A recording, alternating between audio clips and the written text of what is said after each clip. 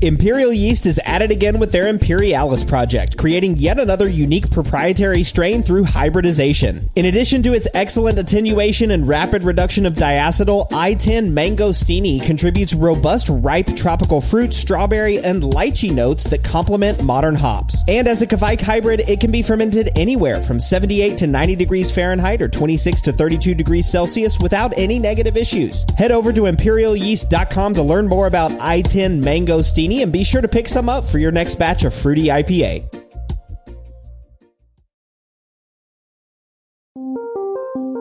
Welcome to the Brew Lab.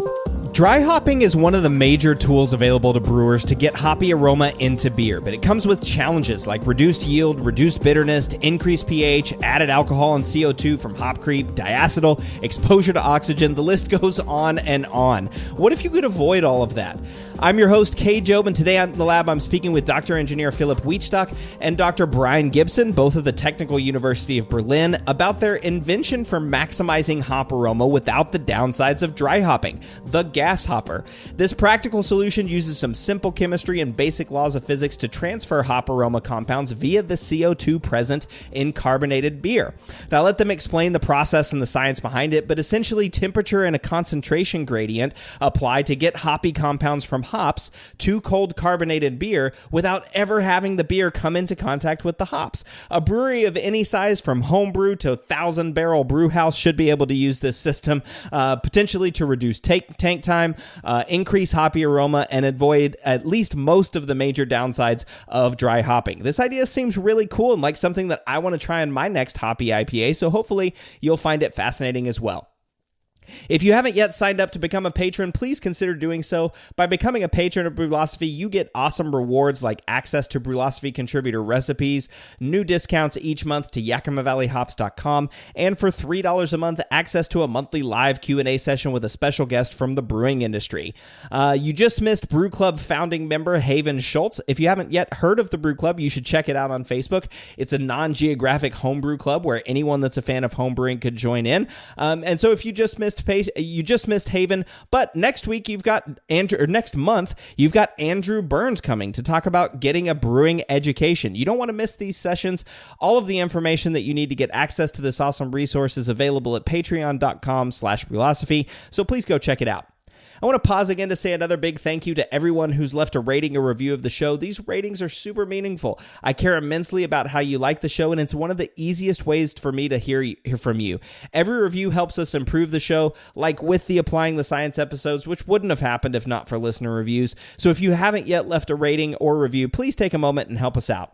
All right, feedback this week is from listener Andrew. He said, "Hey, Cade, I listened to your podcast about making yeast starters with the lower gravity and making sure there was enough nitrogen to grow the cells. What yeast nutrient is needed for this, and how do you know you have enough nitrogen?"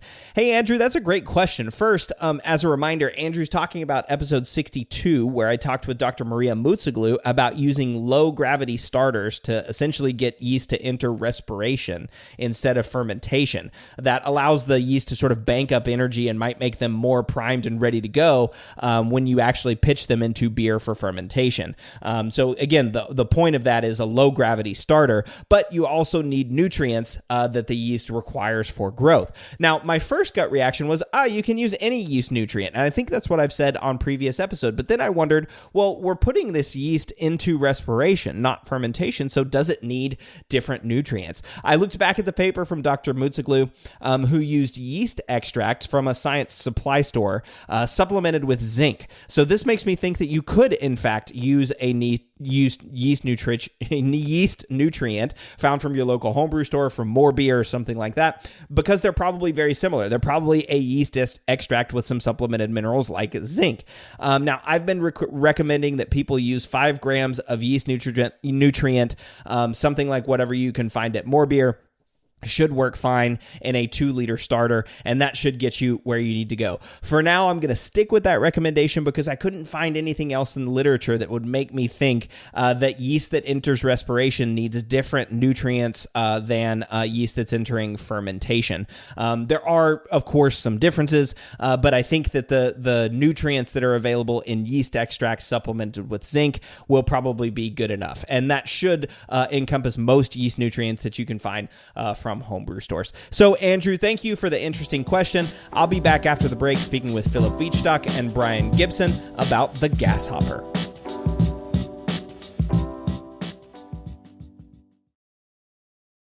One of the biggest improvements to my brewing practices was the upgrade to stainless steel, and Delta Brewing Systems offers some of the lowest prices on high-quality stainless gear, like the Firm Tank, which holds 8 gallons or 30 liters of wort, comes with a domed lid to reduce the chances of a messy blow-off, and it can hold up to 4 psi of pressure. Delta Brewing Systems also has their own line of brew kettles, as well as one of the lowest-priced all-in-one electric brew systems out there, and their prices are remarkably affordable. If you're in the market for legit stainless gear that won't break the bank, you've got to check out deltabrewingsystems.com. We all know that designing recipes is really fun, and doing it well is so much easier with good software. We at Brewlosophy recently made the switch to Brewfather, and honestly, y'all, we could not be happier. Brewfather utilizes the latest technology to bring you the most robust cloud-based recipe design software that can be accessed anywhere, on your phone, tablet, desktop, and even offline. It also works seamlessly with numerous third-party devices to make it easier to monitor every step of your brew. I know change can be difficult, but trust me when I say you need to go to brewfather.app today to try it out for yourself. That's brewfather.app. The mighty and resilient Merrimack River, carving through the communities of our great region. My name is Linda Lorden, proud president of Merrimack County Savings Bank. And like the river that serves as our namesake, we're a constant yet ever-changing presence. Because to us, it's bigger than banking. It's about powering communities and putting people first. It's about knowing where you came from and where you're going. That's Merrimack style. Visit us at themerrimack.com.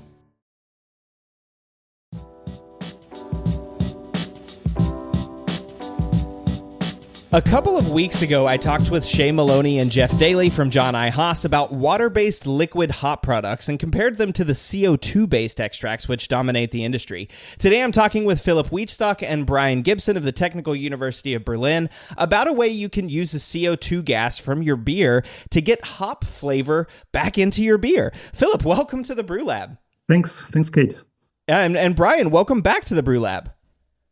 It's great to be here again. Thanks for the invitation. Of course, I'm happy to have you both. And so this sounds like a really cool idea. I mean, brewers obviously are very interested in exploring new ways to add hop flavor to the beer. And like I just mentioned, I've recently talked about, CO2 extracted liquid hop extracts.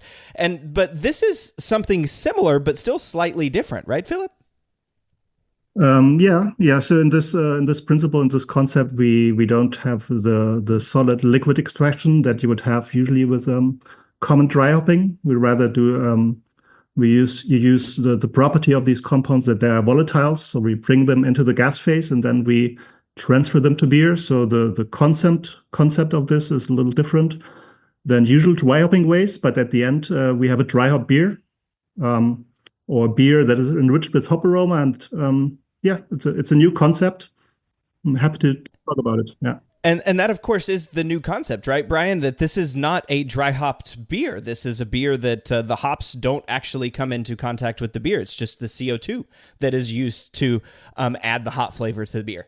Yeah, exactly. So one of the motivations we had at the beginning was the fact that dry hopping comes with a lot of disadvantages, and we can maybe talk about them in detail in a moment, but we're kind of hoping that this new process circumvents some of these issues, but still can be used to produce a high quality product. Yeah, I'm really excited about this, and I'm always excited to find, again, new innovations in the brewing industry. And I know that this is something that you've been exploring for a little while, and of course, had a poster at EBC about it. But before we get into the technical aspects of the gas hopper and talk more about how it can be used, I wanted to, of course, introduce you both. Now, Brian, you are the chair of brewing and beverage technology at the Technische Universität of Berlin, and Philip, you're a postdoctoral researcher also at TU Berlin. And Philip, you studied a bit here at Oregon State University with my PI, my investigator, Tom Shellhammer. So tell me about how you became interested in brewing science research. Yeah, that's a good question. I actually grew up in a wine region in Germany, but then I decided to go to Berlin, and I started here in Berlin in medical biotechnology. But during the course of the study, I realized that I always liked the mix of craft with science, and then I shifted a little bit from medical biotechnology to brewing science, and ended here as a diploma engineer that was 2009, so a while ago. And then Tom was here during his sabbatical and invited me to come to Oregon. So I spent a year over there and really enjoyed it. And yeah, I didn't regret the decision to go into brewing science since then. So it's nice. Yeah, I understand that as well, right? I was a lawyer in a previous life, and now studying brewing science here at Oregon State. So like you, I don't regret the transition. And Brian, of course, you were a principal scientist at the VTT Technical Research Center in Finland for over a decade before accepting this position as chair of brewing and beverage technology at TU Berlin. So how have things been going for you since the last time we spoke? Quite well. I think I've been having a good time here. I also did in VTT as well. The two organizations are maybe a little bit different, I would say, in terms of main differences. So at VTT, because it's not a teaching institute, I didn't do any teaching there. So I'm kind of enjoying that aspect of my work here. And I would say also here, maybe what I do is a little bit more diverse. So at VTT, I was mainly focused on research into brewing yeast and fermentation process, whereas here I get to be involved in quite a few different topics. So today, for example, we're talking about hops, and I'm certainly not a hop expert and never will be, but I do get to work with Philip, who has extensive experience, so get to realize some kind of interesting research projects that are not just related to yeast and fermentation. Yeah, and of course, the teaching component has been a key part here. I've had a couple of your students on the show. I've had from the VTT, I had Rania Irakainen, and also Mariana Barreto Carvajal Pinto as well has been on the show, sharing research that they've done under your supervision, which has been great. Okay, so as you mentioned, though, we are talking about hops today, and obviously with IPAs becoming so popular, getting hop aroma into beer is very important. But both of you are from Germany, where the lager beer is king. Are there different approaches to hopping in Germany than the US or maybe elsewhere in the world? Yeah, I think that would be fair to say. I mean, obviously, Germany is a little bit different. I mean, we have the Reinheitsgebot, which restricts some of the processes that could be used elsewhere. So, for example, we don't use hop extracts late in the process. We don't use pre-isomerized hops. And I think, as you mentioned, Pilsner style beers tend to be very popular here.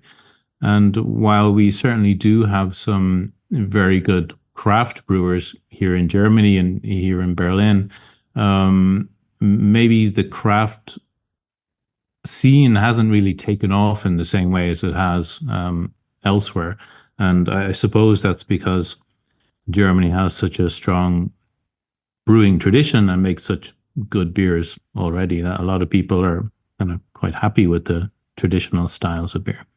So because of that, maybe styles like the different pale ale or IPA styles not produced here as much as elsewhere. So one does not come across dry hopping typically in breweries here, I would say. Mm-hmm.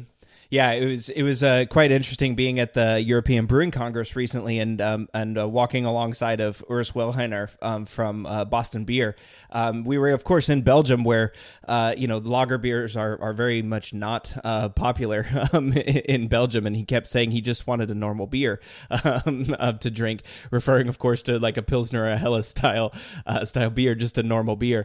But that's interesting, So you are limited by the Reinheitsgebot in Germany, in terms of, like you said, using hop extracts and pre-isomerized hops. But that sort of raises a question then. Would this process that we're talking about today follow under the Reinheitsgebot? Would this be allowable under the Reinheitsgebot?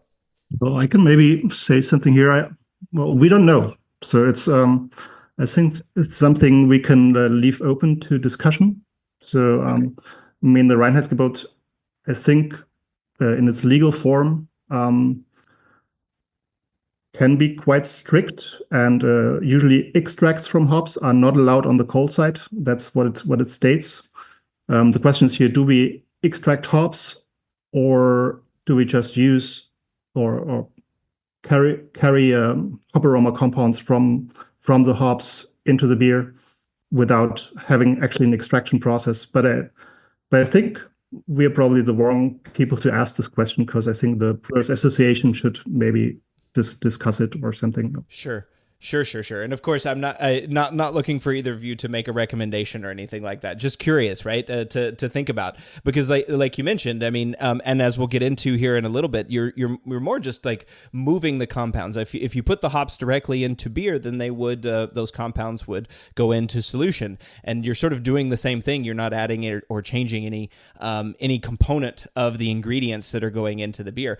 But I think some of the hop extract manufacturers might argue the same thing as well, as you mentioned. So maybe that's a topic that's best left open. But of course, as Brian was mentioning, dry hopping, the purpose of that is to get these hop volatiles into beer. And so this is a little bit of a difficult question to ask, but which hop compounds are responsible for hop aroma and flavor in beer?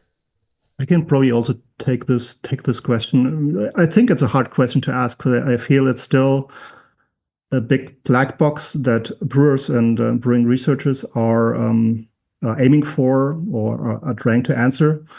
I think there is quite a consensus of which compounds contribute to hop aroma. That would be terpene alcohols like linalool or geraniol, or these compounds, and then also some of the terpenes like myrcene would be one of the key players here. And then recently also we had a lot of research about the contribution of thiols, which play a big role in some beers. But when it comes to thiols, it's already clear that it's also the hop cultivar that plays a big role.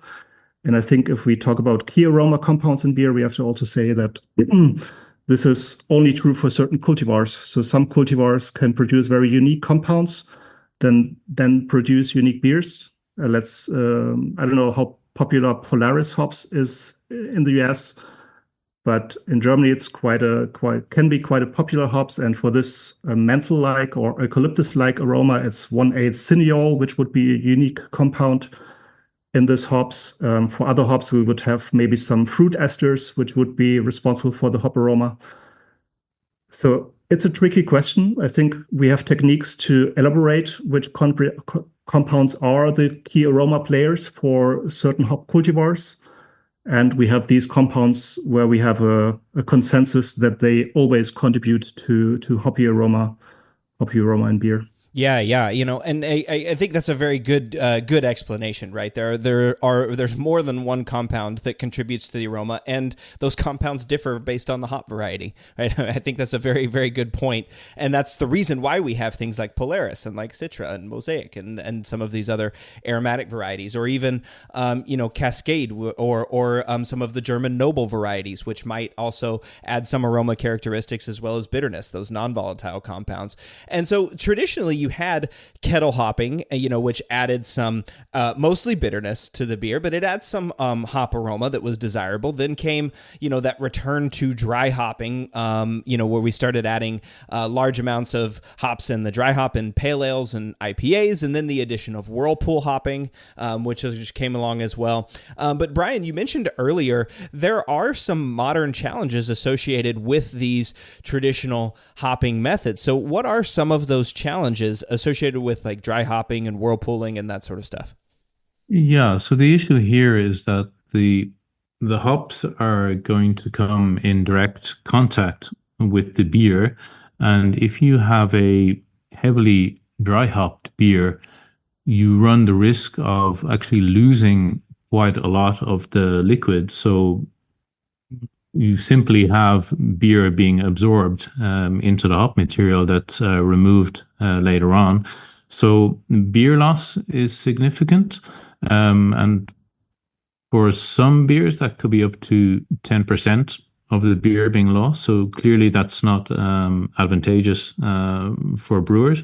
Then one other issue is that when you're adding this material to your beer or during the fermentation, you're potentially also adding other things like enzymes, and you'll be familiar with hop creep, and your listeners will be familiar with hop creep. So that's a potential issue in terms of beer quality. So changing the flavor with diacetyl, for example, being generated, or the alcohol content being affected. So that's a serious issue. We also see changes in the pH. We see yeast becoming stressed in heavily hopped beers as well.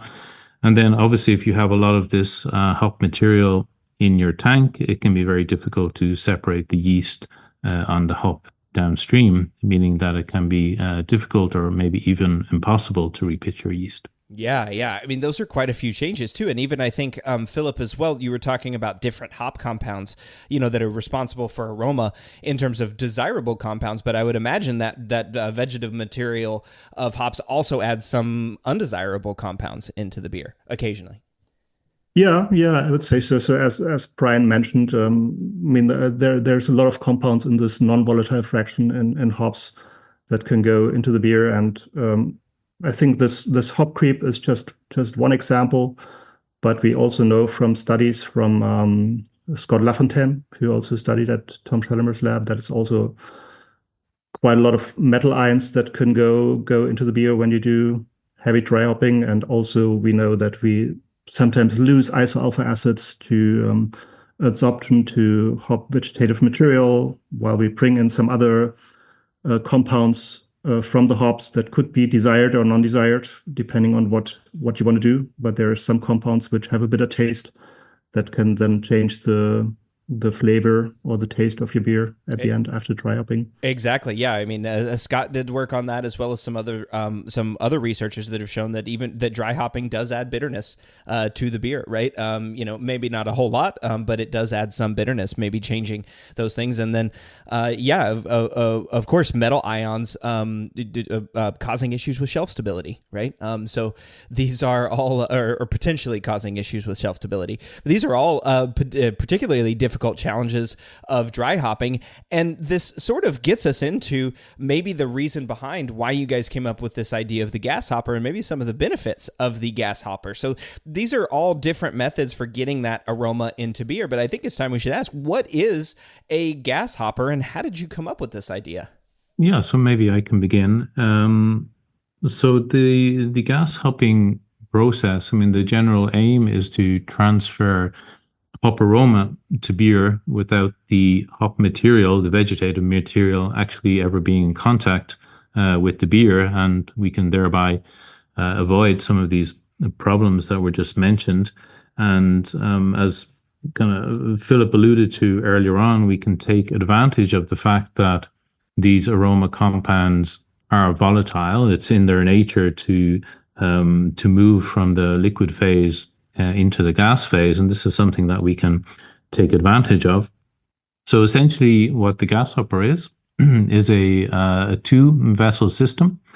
One vessel, which we sometimes refer to as the desorption vessel, basically this is the hop vessel, and then a second vessel which contains the beer or possibly the fermenting wort. So with this process, we aim to transfer some of the aromas from the vessel containing the hops into the vessel containing the beer. So maybe I can say a little bit about the different vessels. So the desorption vessel, essentially it is a vessel that contains the hops, which will be suspended in an aqueous solution, water typically. Very often we keep the suspension at a relatively high temperature, so you're producing something like a hop infusion. So this is connected via piping to the beer vessel or the absorption vessel. So the idea here is that we would take the CO2 in the headspace of the beer vessel, pump it into the hop vessel. So basically you're bubbling the CO2 through the hop infusion. So this encourages the aroma volatiles to leave the liquid phase and to collect in the headspace of the hop vessel, where they can be then transferred back to the beer vessel. So basically bubbled through the beer and hopefully solubilized in the beer. So this works because we can have a temperature differential. So in this hop vessel, you can have relatively high temperatures, which will encourage the release of the volatile compounds. And in the beer vessel, we can have relatively low temperatures, which would encourage the dissolution of these compounds in the beer. Then obviously there's a gradient in terms of the concentration as well. So naturally the compounds will move from the high concentration to the lower concentration. So it's a completely closed system. You're just using the gas from the beer vessel or possibly the fermentation tank, if that's how you're doing it. But that's essentially it. It's actually quite a simple system, and it has been working quite effectively despite its simplicity. It really is. It's simple, but it's amazing as well too. It's a beautiful system in a way, right? Because you've got the beer that you're just bubbling CO2 up through, and that beer is at a cold temperature. You're using that difference in temperature between the hop vessel, right? And to blow the CO2 into the warm extracted hop water, right? And then that's, like you said, that's volatilized. Some of those volatile compounds are coming up into the headspace where it's warm and there's a high concentration, and then it moves back over to the beer vessel where there's a lower concentration and also cooler, and then settles into the beer and is absorbed back into the beer. It's kind of, it is simple, but it's also beautiful in a way, right? To think about this, it's kind of, it's using a very, natural process and a very, like you said, a closed system. It's not like you're adding any additives or doing any complicated extraction process. You're just using temperature gradients and the inherent volatility of the compounds to do this. It's a pretty novel concept. So where did you guys come up with the idea to make this system? Yeah, so this idea was born a while ago in a beer garden in Berlin, actually. As all good ideas are, right? Over a pint of beer. Most of the good ideas are born with beer, I think. No, it was with a good friend, with Hans, and so he's an engineer, and we talked a little bit about these concepts, and then also had we're supervising a bachelor student at this time who tried to distill hop oils from hops and then put them again in beer.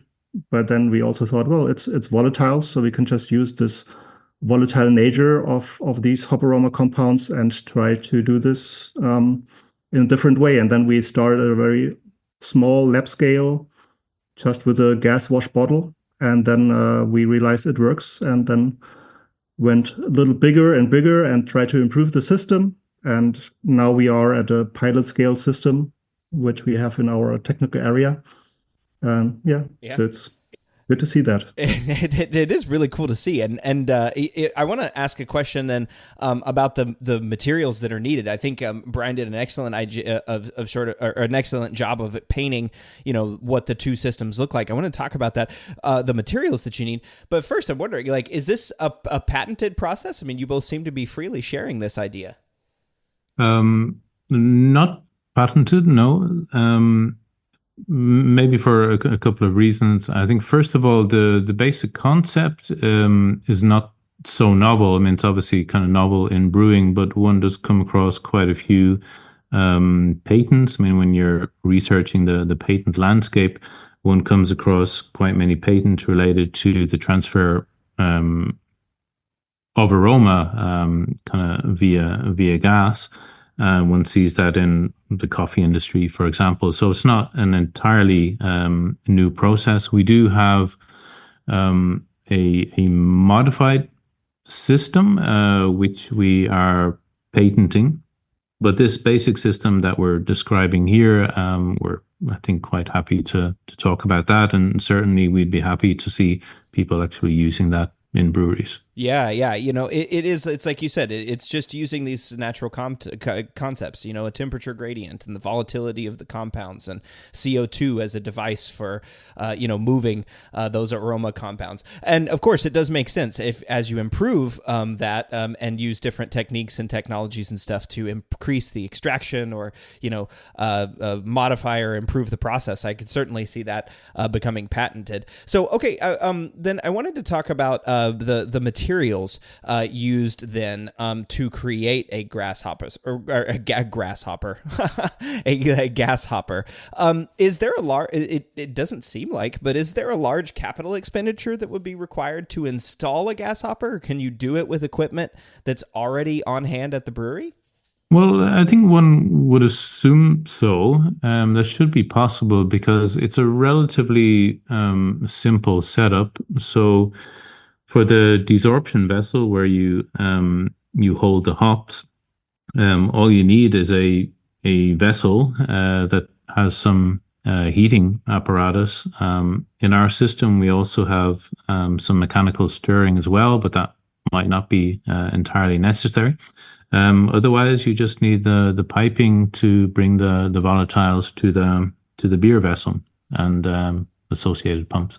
Yeah. So I could almost see this, maybe not necessarily, maybe in a keg that's in a water bath or something like that, but you could have the hops and water in a keg and then some tubing that's going over to the fermenter or, like you said, another keg or, whatever you would like to see, and then just bubbling CO2 up through the bottom and using that temperature gradient. So it would seem to me that, yes, you could have a large capital expenditure if you wanted to do this on a large scale and improve the process, but it could also be done very simply with some of the materials that you had on hand. So let's talk then more details about the process. So how much hops do you use and what temperature is the gas at? How much CO2 do you need in order to transfer the compounds? Yeah, so I think we did a couple of different experiments playing around with the hop mass and also with temperatures.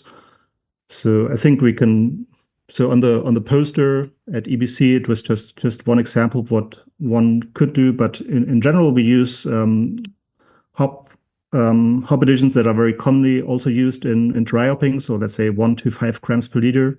But you can also go higher to like 10 grams per liter or something. So that's based on the liters of beer, not based on the liters that you or the concentration that you have in your hop slurry. So it was just be the same hop additions, I would say. And also in temperature ranges, we tested now temperatures between 20 and 80 degrees Celsius, but we found that 60 degrees Celsius is a good temperature to transport or to volatilize the compounds and bring them over. But depending on the temperature and on the parameters, you always get a different outcome.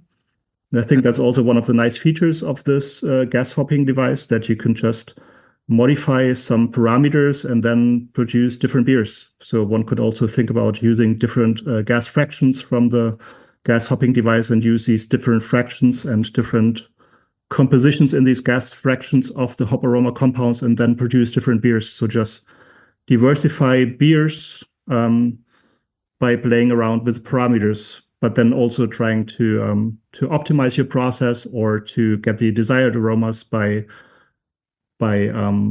choosing the right parameters that you found out in initial experience. Yeah, and maybe I can interject here. I think one nice feature of this system is that you can modify these parameters in a way that you could never do with a traditional dry hopping, for example. I mean, you could never heat your beer to 60 degrees, for example.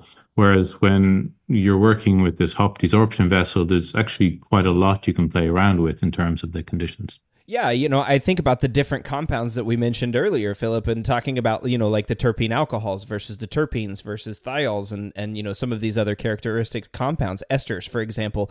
They're all going to have different temperatures at which they become volatile, right? And they're going to have, different, like you said, different fractions of the compounds are going to come out at different temperatures and different gas mixes.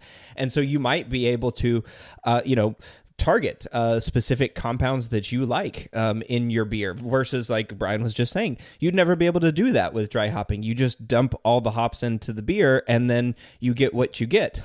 Right, Philip? Yeah, I would say so. So I think it's a very engineering approach of enriching beer with hop aroma. So you could even think about, so if you know the volatility of your compounds at certain temperatures, you could even calculate how much is in the gas phase actually at this certain condition, and then calculate with the gas flow how much is then going into your beer.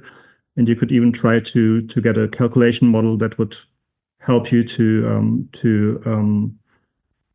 forecast the aroma of your beer with certain parameters. So I think that's one of the challenges for the future of the system, but it's some idea that we also had.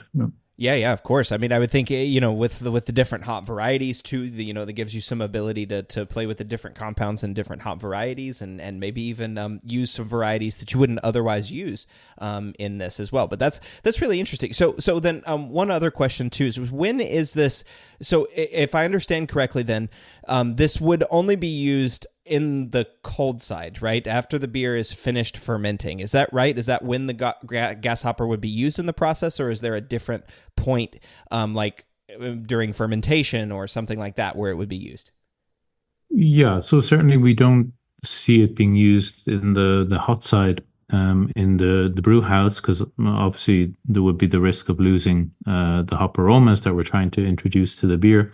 But the way we've mainly been using it is in a filtered beer, but there's actually no reason why you could not use it during fermentation.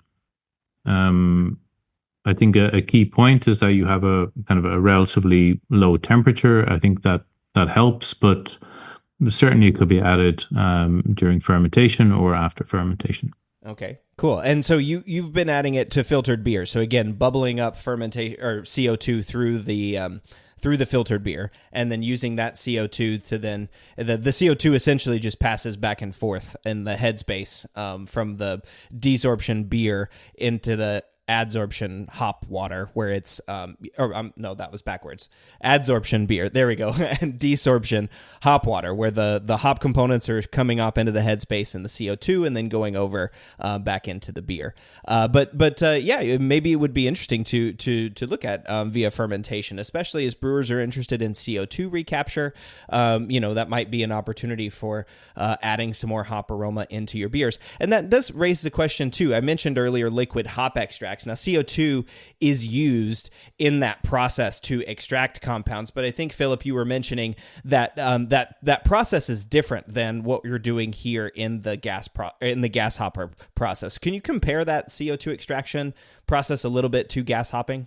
Yeah, I can try to, but I think there are some distinct differences between these two processes. So in CO2 extraction of hops, you're using CO2 at a supercritical state usually. So it's at a high pressure and certain temperatures where it becomes a supercritical fluid, and it has the solvating power of a liquid, but also the diffusive properties of a gas. It's very nonpolar, so it will extract many nonpolar compounds from hops. So this includes the non-volatile fraction, which are nonpolar. So the so-called soft resins, which would include the alpha acids and beta acids and some other resin material, but also the hop oils, certainly.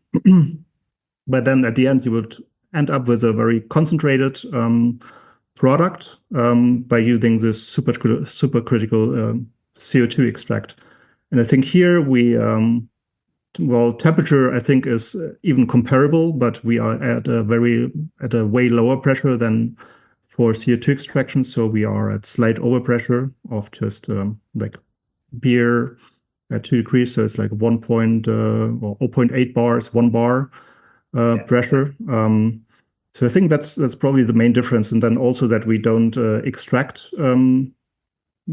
we don't use the CO2 to extract certain compounds. We just use again the volatility of these compounds, or the natural property of these compounds, that they are volatiles, and then just use the CO2 as a carrier gas.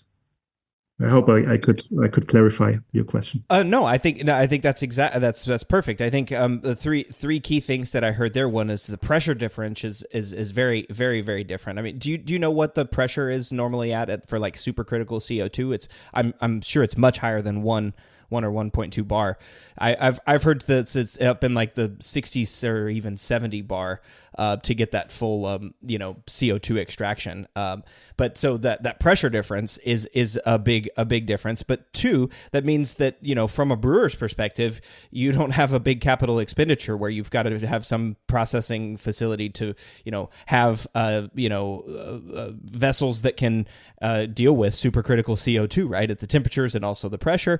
And then the third thing is, like you said, you're not collecting any sort of extract liquid out of this. You're just using the natural properties of the gas to get hop aroma into the resultant beer.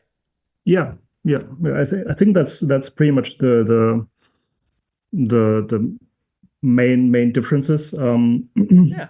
And so the CO2 then that's added, that's again at relatively low pressure. So I would imagine you don't need even very much CO2 to make this process happen, right? You probably don't even need. It's not like you need a whole lot of CO2 to cause this extraction. It seems like you could use just a very small amount of CO2. Yeah, so in practice, I think we only need some CO2, some extra CO2 to flush the system, so to not get any oxygen in the system. But then it just runs in a circle with the CO2 that's in the gas headspace, or in the beer headspace anyway, and that is dissolved in the beer anyway. So we don't need any extra CO2, which I think also makes the system quite sustainable. So there's not much we need. Maybe some power for the pumping of the gas, but this is also comparably low. So gas is easy to be transported. Yeah. Yeah, very easy. Well, okay. Well, now all right. So I think I understand then how the gas hopper system works and the principles behind it. But now I want to know how does it work? And you guys have done some tests to see if this works. And whenever you're brewing, so brewing a beer using a gas hopper, but also brewing a beer without hops, and then also one using traditional brewing methods. So let's take a quick break, and we'll come back and look at some of those results.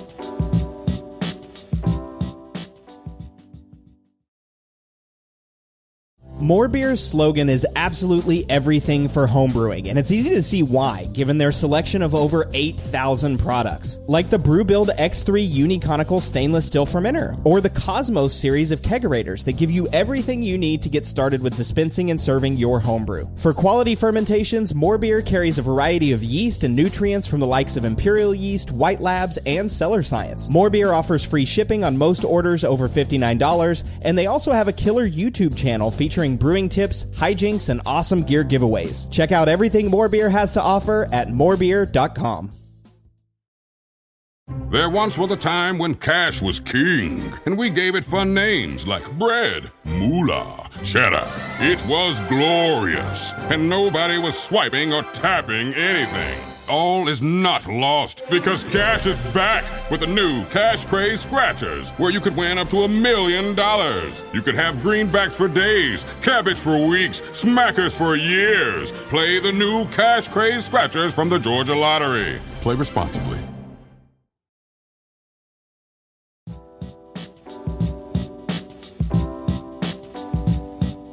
CO2 hop extracts are becoming very popular in the U.S., supplanting a portion of the traditional hoe cone or T90 pellets. But as we just talked about, Philip and Brian, this isn't exactly making a hop extract, right? It's just using the CO2 and the principles of volatility of the compounds.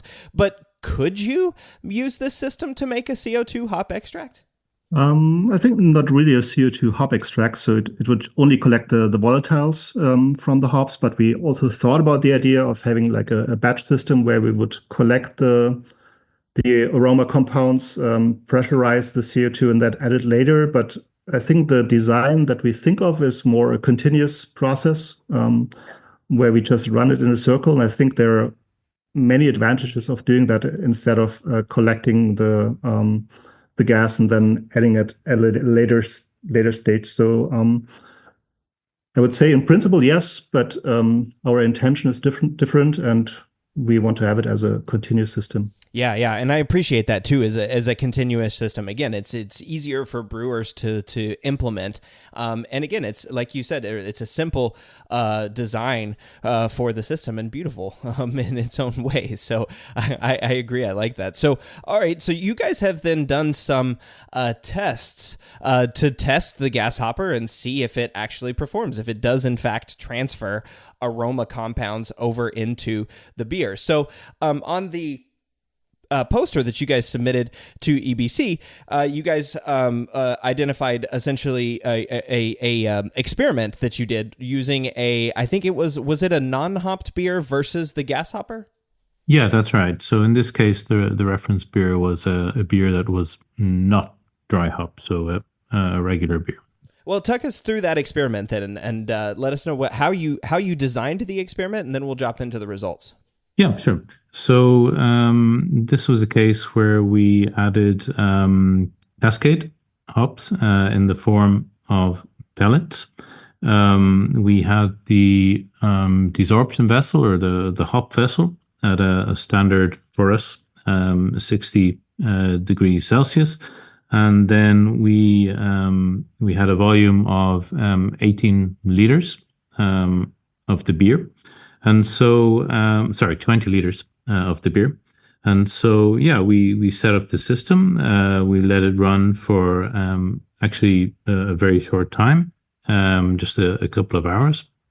And then we compared the beers that were produced. So we did some standard analyses of the beer. So just to check that there was no impact on the alcohol or the extract or any of the other basic specifications of the beer.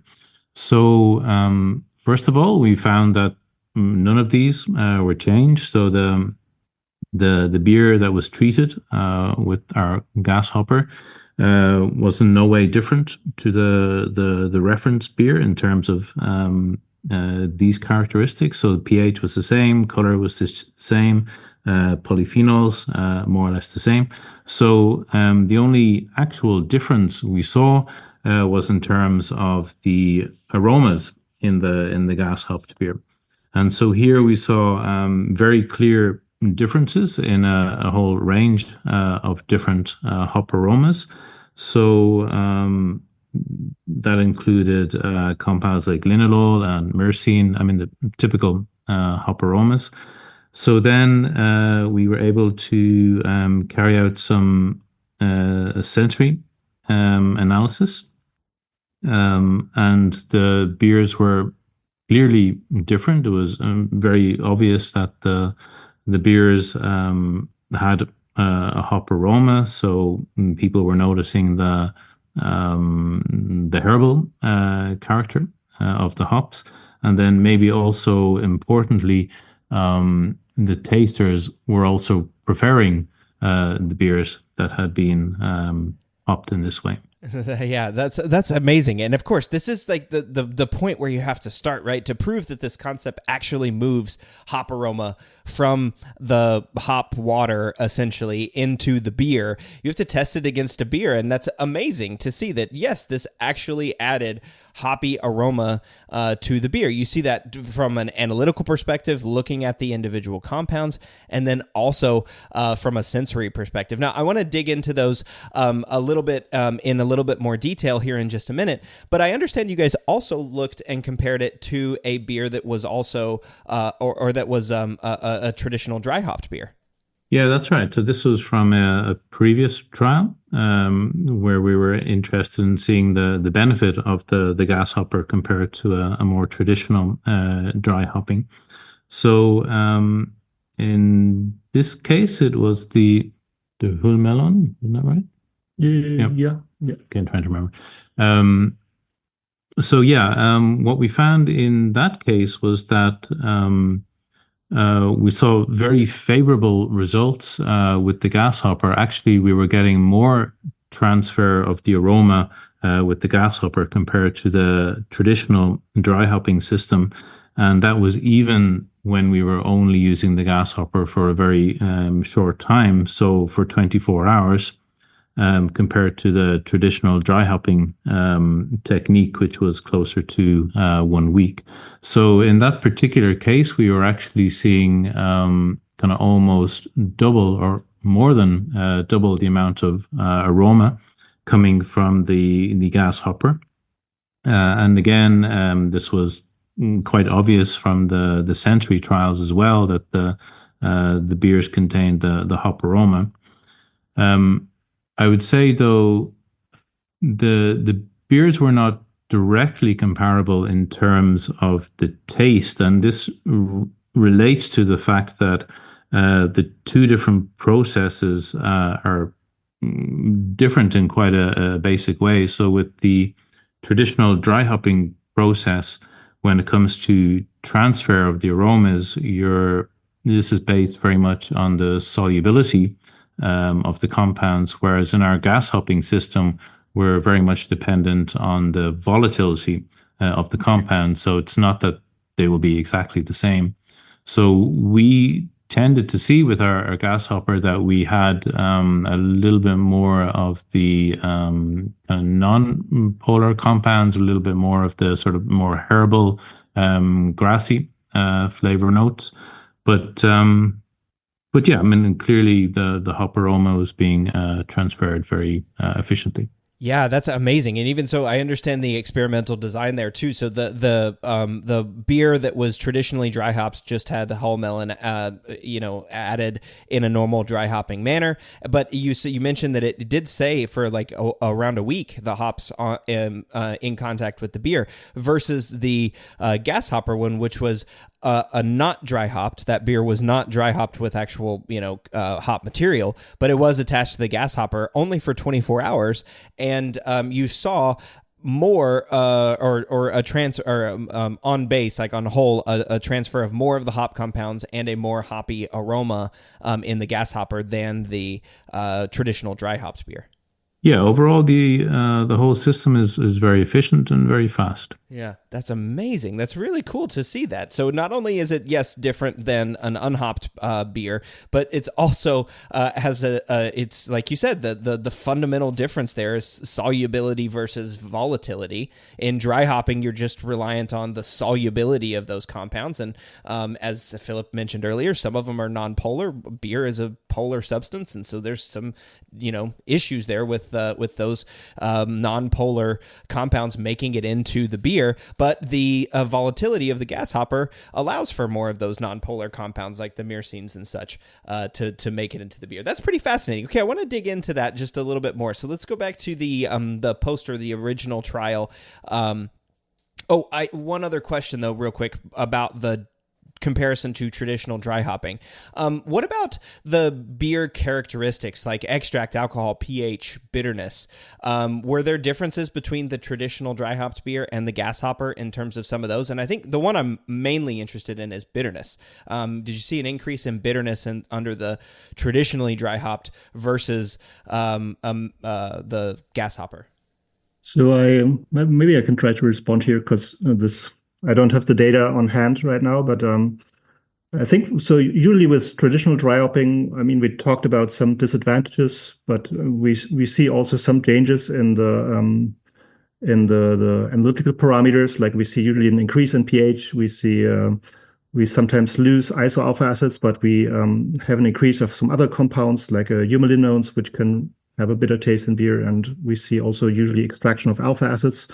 So all these compounds then are usually not extracted when you have the gas hop beer. So can you maybe rephrase your question again? Yeah, no. So I think you just answered it. My question was, do you see the differences, analytical differences, like in terms of pH and in bitterness, when using a traditional dry hop method versus the gas hopper? And I think your answer is yes.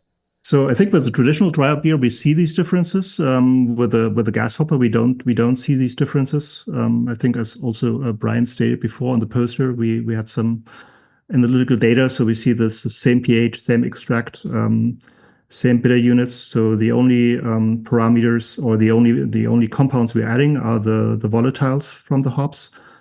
But we omit adding any of the non-volatile fraction. Yeah, and thus avoid any of the changes to pH or to bitterness or any of those other things. I mean, I would imagine maybe even polyphenols would maybe be different, but any of those other characteristics, like you just mentioned, that might change under a traditional dry hopping regime weren't affected in the gas hopper, which is pretty cool. And so, if you're thinking about just adding hop aroma without some of those other difficult challenges, it does seem to be accomplishing that goal, which is quite amazing. It is really, really cool. And so you did mention, Brian, that there were some differences in the specific compounds, and talked a little bit about what some of those differences were. But Philip, I wonder if we might dig into the details a little bit further about some of the compounds that make it into the beer using the gas hopper that don't necessarily, or that were not in the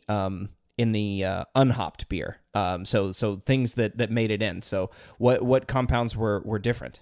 So in terms of the volatile fraction, you mean? Yeah. So I think, as Brian also explained a little bit before, it depends very much on the volatility of these compounds, and this relates back to the polarity of these compounds. So usually what we see is a lot of the non-polar compounds that are transferred at a very good rate. So we had some myrcene, caryophyllene, eumelene that was going into the gas hopper. We did find linalool at a very good transfer rate into the gas hopper. So I think we initially started this, or you asked before, like, what are important contributors to hop aroma. So we measured a range of compounds that are related to hop aroma, and we could see that basically all of them are transferred in the beer, while still the composition of the compounds differs a little bit when you compare it to traditionally dry hop beer, because we have two different properties, like two different processes, like the solubility of compounds. So you solubilize them in beer with traditional dry hopping, but we volatilize these compounds and then solubilize them in beer. Yeah, and so that volatility seems to play a key role, and I think, as we were sort of commenting earlier, if you know that if you can understand volatility, there may be ways to modulate, the compounds that are actually making it into the beer. Maybe I'll ask that as a specific question. So, Philip, are there ways to modulate sensory profiles by changing those conditions inside the gas hopper? Yeah, it's a good question, and it's again, I think one could take an engineering approach here and just think about what parameters can you change. There's a lot. So let's start with the desorption vessel, where the hops sit in aqueous solution. So if you change the polarity of this solution of the water, let's say, then more compounds or more non-polar compounds will leave the system. So by adding salt, for instance, so just like sodium chloride or something, you could increase the volatility of these compounds and make the system even more efficient by having more compounds go into the gas phase. So that's just one parameter, but you could also think, we said before, you could also think about the gas fractionation. So you could have take the gas that comes out of the desorption vessel at different points of time, and this would always come back to different composition of the gases that leaves the vessel and produce different beers. You could simply play around with the temperature, because based on temperature, you have different composition of the gases, and or you could play around with a water to hops ratio in this vessel. So I think there's a whole range of parameters that one could change to modulate which beer you want to have. I think because there are so many parameters, it's also quite tricky. And I think this will also be one of the challenges for the future, to make the system, to get a better control of the system. I think we already have quite a good control, so we know what's happening, but to understand the effect of all of these parameters on the beer that you produce, I think, is one thing that we want to look at in the future. Yeah, that makes sense, right? Changing the salt addition or changing the temperature. What does that effect have on the beer? What is the actual impact to the beer? That's very interesting, and that also sort of raises the question too, Brian, of if you use, we mentioned earlier that different hops can have different concentrations of each of these compounds. If you use different hops, do you have to change the gas hopper conditions? No, not necessarily, but I think the point here is that if you want to, you can. So I think with many steps in the brewing process, the brewer has a lot of choice. So if we take traditional dry hopping, for example, you can choose particular hops or combinations of hops, different types of hops. You can choose when you want to add them. You can choose how much you want to add. So there's a huge amount of control kind of over the system that way. And I think a nice feature of the gas hopper is that you likewise have quite a lot of control over the system. You can likewise choose particular hops or combinations of hops. You can think about the timing of the gas transfer, as Philip mentioned, or the temperature. Or there's so many different parameters that can be changed that this is quite nice from a brewer's point of view in terms of producing a unique beer.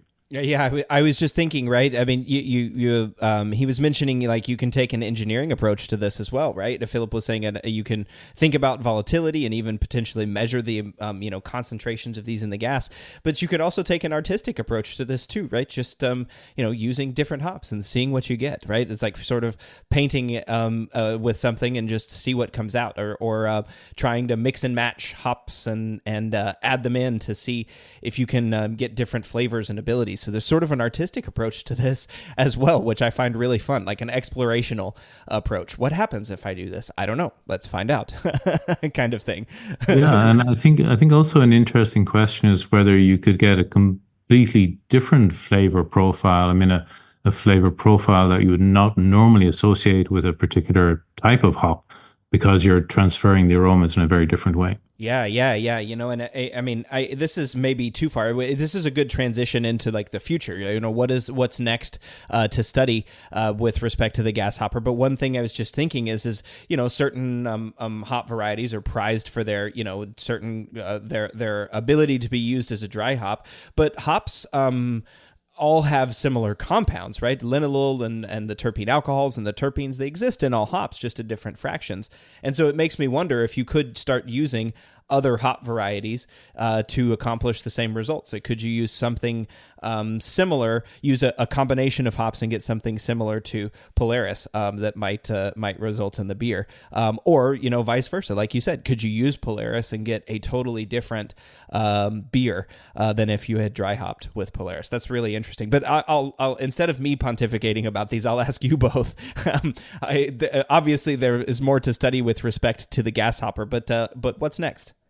Yeah, a good question. I think we've only been working on this topic for a relatively short time, so certainly I think there are more conditions that we could look into. We could obviously try looking at different types of hops.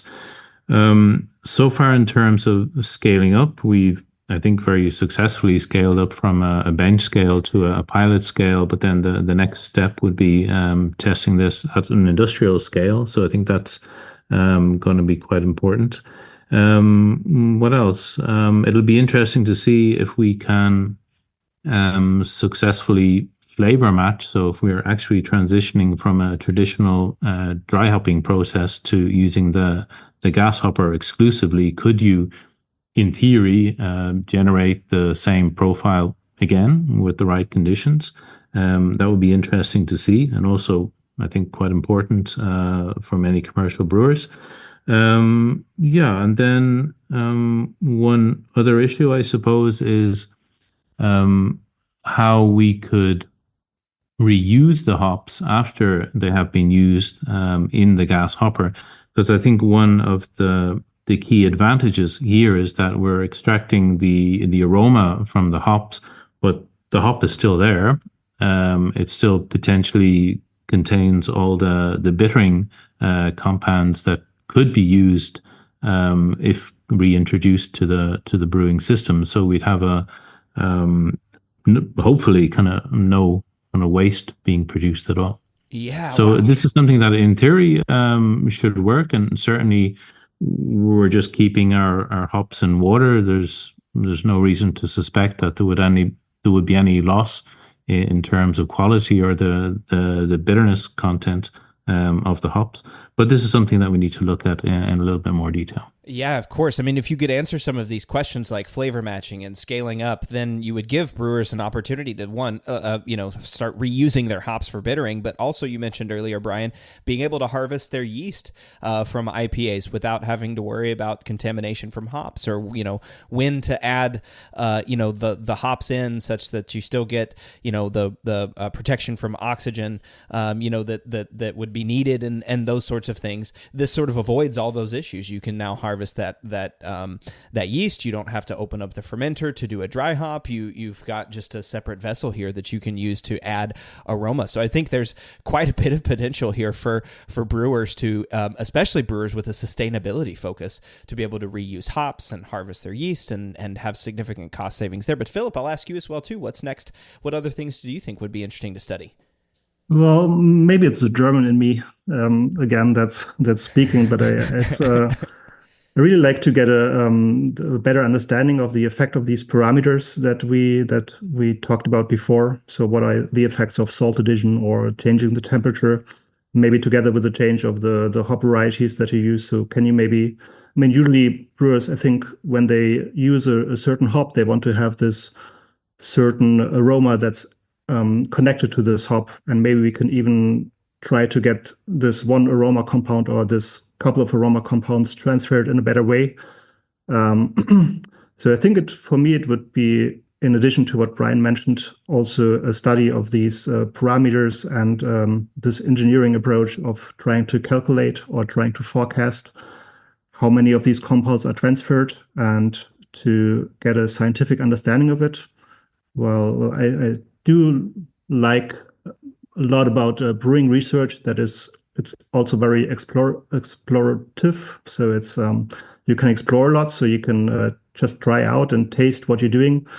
But I also like the science behind it to get a control of these processes and get a let's say holistic understanding of these processes. Yeah, for sure. I mean, the one compound that comes to mind that would be very interesting to study would be thiols, right? It seems like they're very popular to study right now, but there's free and bound versions. And so, the free versions seem like they would volatilize well in the gas hopper system, but are there ways that you could get the bound versions of thiols using a gas hopper, to release and then get into the beer that you're not otherwise able to do if you're dry hopping or using those thiol-related compounds that way. So very interesting, yeah. And I think like you, Philip, and also like you, Brian, I love to see the science of this as well, and also I love to enjoy the artistic approach that people have made. Right, I love to enjoy the beers, and it is fun to be exploratory, but also to understand how to control the process and understand what's going on, which is great. So,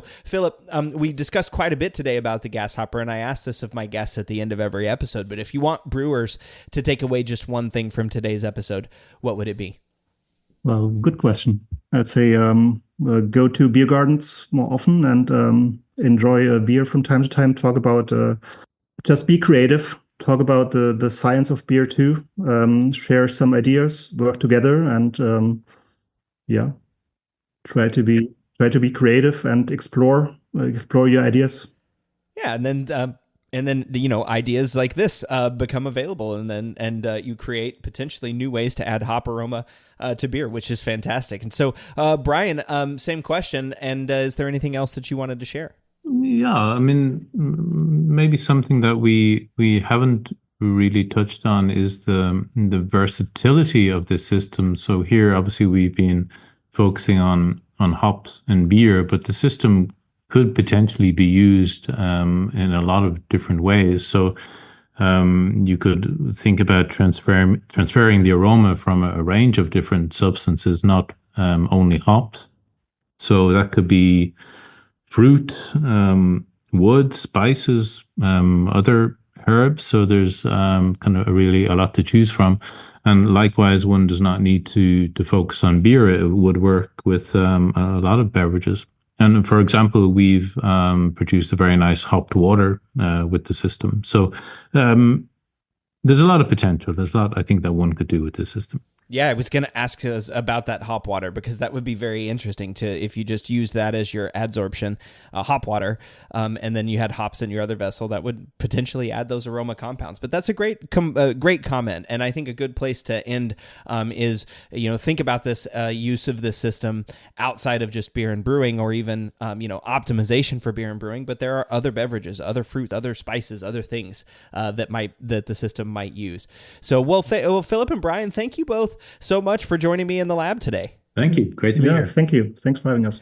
And listeners, of course, you'll find a link to the poster that was shared by Philip and Brian and co-authors Torsten Seewald and Marta Kunica at the recent European Brewing Congress in Lille, France in May 2024. Next week, Jordan and I will be back applying the science of this episode, so see y'all then. The Brew Lab is a production of Brewlosophy, where they who drink beer think beer. Don't forget to visit brewlosophy.com to read about our weekly experiments and other brewing adventures, and listen to us talk about it on our other show, the Brewlosophy Podcast. Thanks to all of our sponsors and patrons that help make this show possible. If you'd like to receive a reward for helping us do what we do, visit patreon.com/brewlosophy to see how you can do just that. Thanks so much for listening. We'll be back in the Brew Lab with another guest next week. Until then, think beer.